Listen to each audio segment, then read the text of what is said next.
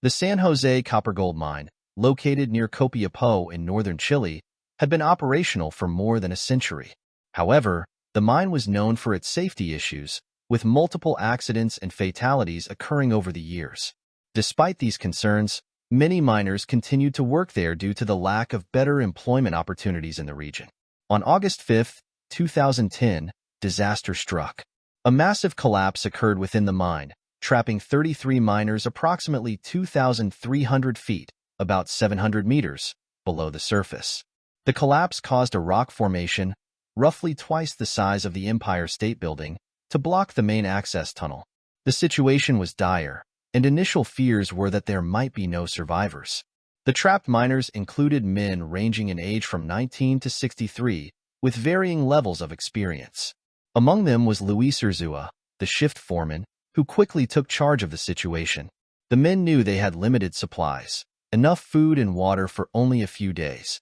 To survive, they rationed their resources, consuming just a spoonful of tuna, a sip of milk, and a piece of a peach every 48 hours. They also had limited oxygen and had to manage their environment carefully to avoid suffocation. The men were trapped in a refuge area, a small space about 2,300 feet underground. They had no communication with the outside world and did not know if anyone was searching for them. The temperature in the mine was over 90 degrees Fahrenheit 32 degrees Celsius, and the humidity was high, making conditions even more challenging. Above ground, the Chilean government, led by President Sebastián Pinera, quickly mobilized a rescue operation. The situation captured the attention of the entire nation and soon, the world. Rescue teams, engineers, and experts from around the globe were brought in to assist. The first step was to locate the miners. Drilling equipment was brought in to bore small holes into the mine, hoping to reach the refuge area. These efforts were fraught with difficulty, as the drilling often missed the target, and the unstable ground posed constant threats of further collapses. After 17 days of relentless searching, on August 22, 2010, a breakthrough occurred. A probe reached the refuge, and when it was pulled back to the surface, it carried a note written in red ink: Estamos bien en el refugio, los 33, we are well in the shelter, the 33 of us. The news spread like wildfire, and the entire country rejoiced. The miners were alive. Once communication was established, rescue teams began sending supplies down through the borehole. Food, water, medicine, and even letters from loved ones were delivered. A telephone line was set up so that the miners could speak to their families, providing them with much-needed emotional support. Engineers also devised a way to keep the men engaged and mentally healthy. They sent down games, books, and even a projector to watch films.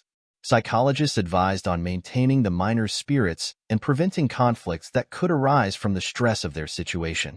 At the same time, rescue teams worked on a plan to bring the miners to the surface.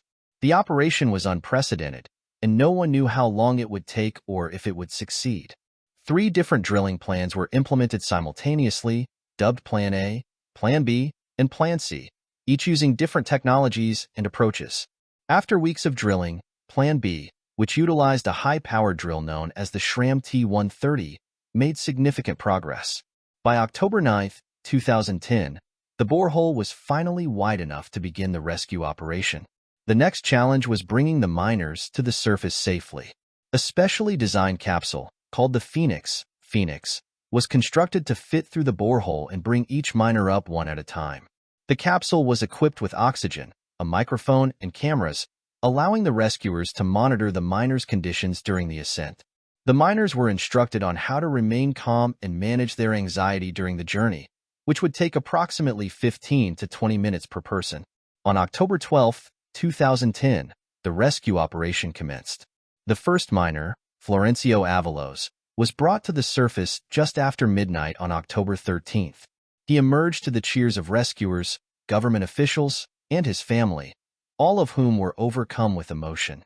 One by one, the miners were lifted out of the depths, each greeted by President Pinera and their loved ones.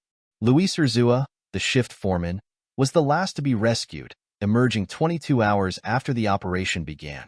His leadership had been instrumental in keeping the men alive and maintaining order during their ordeal. As he stepped out of the capsule, the world watched in awe and relief. All 33 miners were successfully rescued without any fatalities, a miraculous outcome given the circumstances. The miners were taken to a nearby hospital for observation and treatment. Despite their ordeal, most were in remarkably good health, though some suffered from dental problems, respiratory issues, and skin infections. The Chilean miners' rescue became a symbol of hope, perseverance, and international cooperation. It demonstrated the power of human resilience and the effectiveness of global collaboration in times of crisis. The miners became national heroes, and their story was later documented in books, films, and documentaries. The incident also led to increased scrutiny of mining safety standards in Chile and around the world. It highlighted the need for better regulations and the importance of ensuring the safety of workers in hazardous industries. The story of the 33 miners continues to inspire people worldwide, serving as a reminder that even in the darkest of times, hope and unity can prevail.